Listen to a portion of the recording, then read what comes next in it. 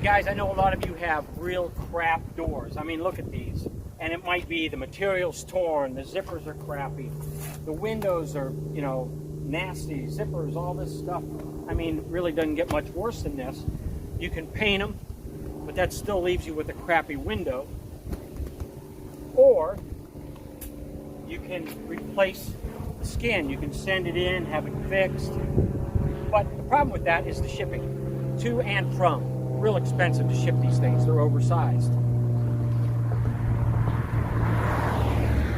So I came up with a kit that allows you to remove this trim.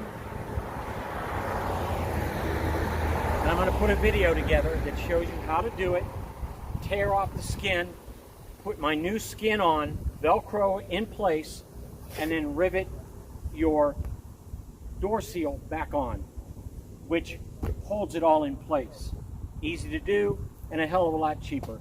So stay tuned and I'll show you how that's done. Okay guys, I want to put a video together, an in-depth video on reskinning your doors. The skins I make, you can easily attach to your doors after you tear off the old ones. And I'm not going to kid you, it's a little bit of work, but nothing that most guys can't handle with a few simple tools. A screwdriver, 11-inch wrench, hole punch, which I like the spring-loaded one. And I'll show you what all these are going to, why you're actually going to need all these in a little bit. A drill, 1/8 inch drill bits. Get extras because you will break them or they go dull. And you want to keep your drill bits sharp as you go through this process. Rivet gun and rivets. And let's see, what are those? 15/64. And there's a few different lengths I like to use, and again, I'll show you that as we go along as well. And a cutoff wheel. So, first thing you're going to want to do is remove your door handle, which I already did. Remove your hinges. Put them in a place where you will not lose them. And this is a perfect opportunity to clean up your hardware, repaint it, whatever you want to do. You're going to put on these skins that your doors are going to look absolutely brand new. You don't want to put on crap hardware and take away from all the work you just did.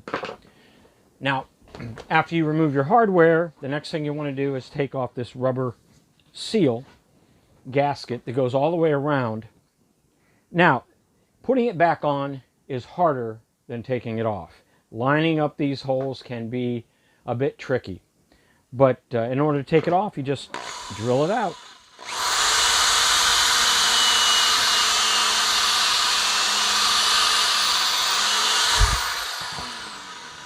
And you do that all the way around. Now you can see it leaves part of the rivet here.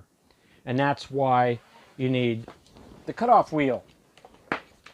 The cutoff wheel will take that off.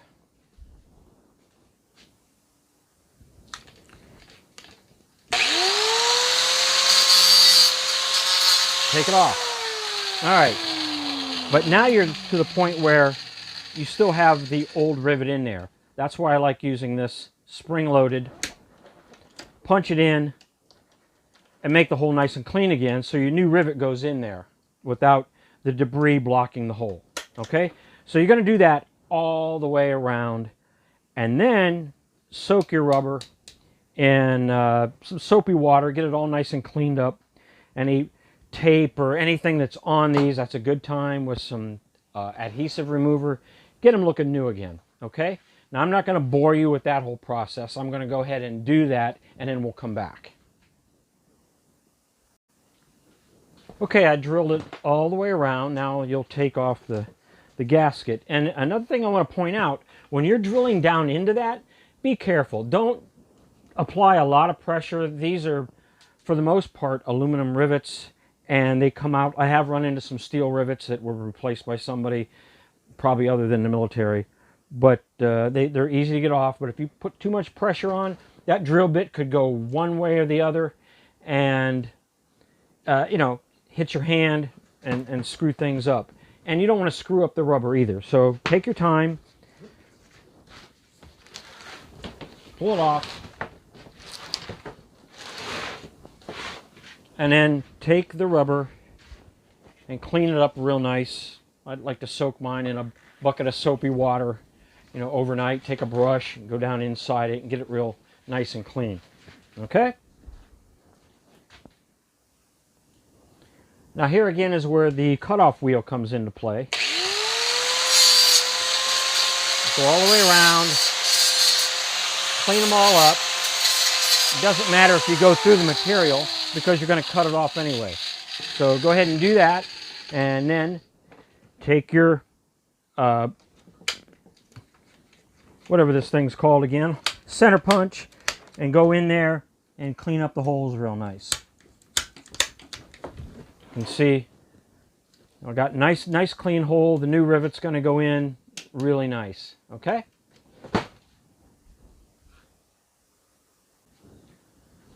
Okay, so now get rid of the old skin.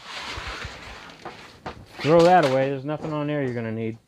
And here, what it does is it uncovers what a lot of people find on their door frames is damage from rust. The water sits down in there, it doesn't leak out, and mud and dirt and everything else. And over time, you have some real problems. This can be salvaged, sanded, and repainted. I have seen them where they've been broken, and you might have to have somebody weld that for you or come up with another way of fixing it. But overall, this door just needs cleaned up, rust removed, and spray painted with a nice Rust-Oleum paint that will protect it from the future. But it doesn't seem to be bent. It seems to be in exactly the shape it's supposed to be in. So I'll take care of that, get this all cleaned up, and then we'll go on from there. Okay guys, after you have this off, I know earlier I told you to toss it, you don't need anything else. I was wrong. There's one thing you do need, this piece right here, and it will have to be cut off. Carefully cut it right at the base where the flap is. Cut it just above this hard piece. It's about an inch. And right where the two come together, carefully cut that off, because what's going to happen is you're going to use this on your new door skins. I'm going to send you a peel and press Velcro that you're going to put on the back of this. Your new door skin is already going to have a place for you to stick this on.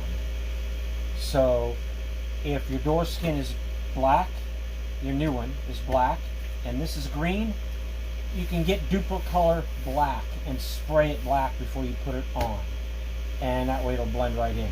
If it's already green and you get a green door skin, you're good to go. So anyway, I'll explain that a little bit later when we get to that part of the video.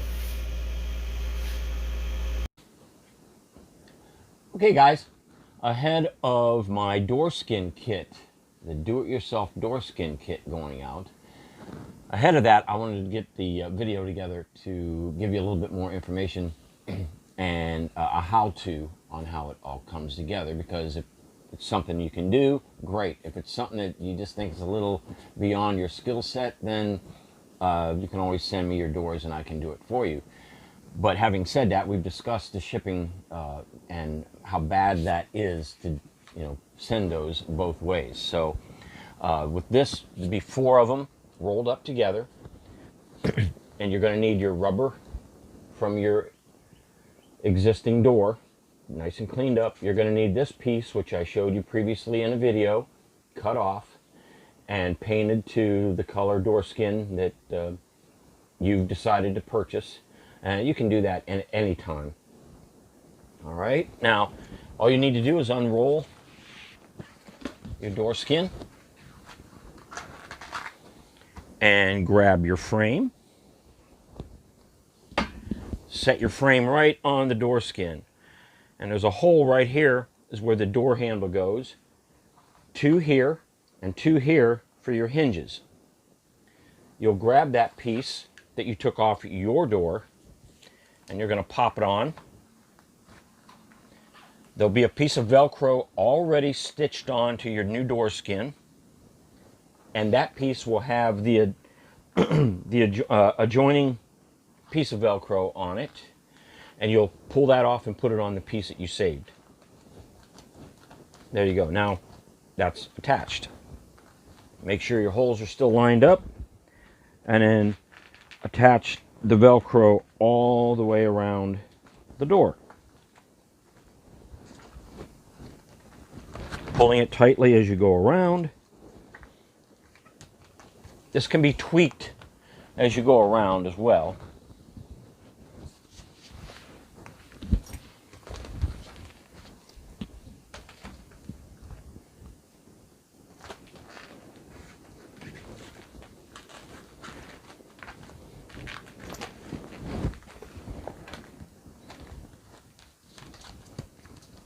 Okay, once you have that on all the way around, now you can see how it's all coming together.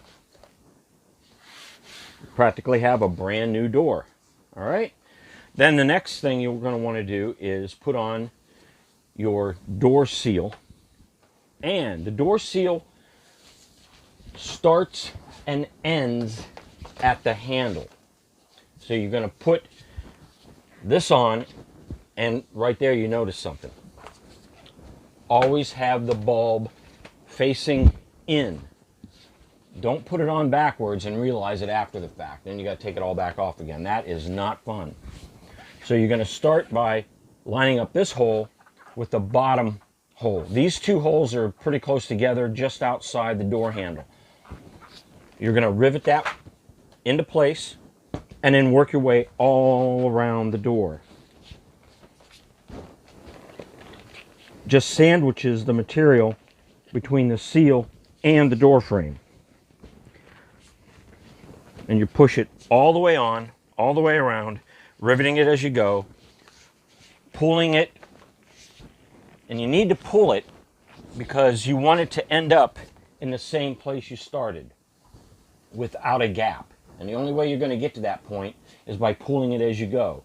And you will be on a fishing expedition for some of those holes. But you will find them. And if you don't, drill a new hole. If you drill a new hole, be careful. But when it's all said and done, you put the seal on all the way around.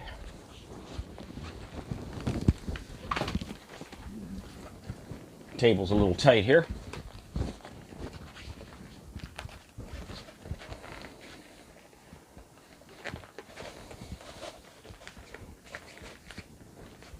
Manipulating the fabric as you go around.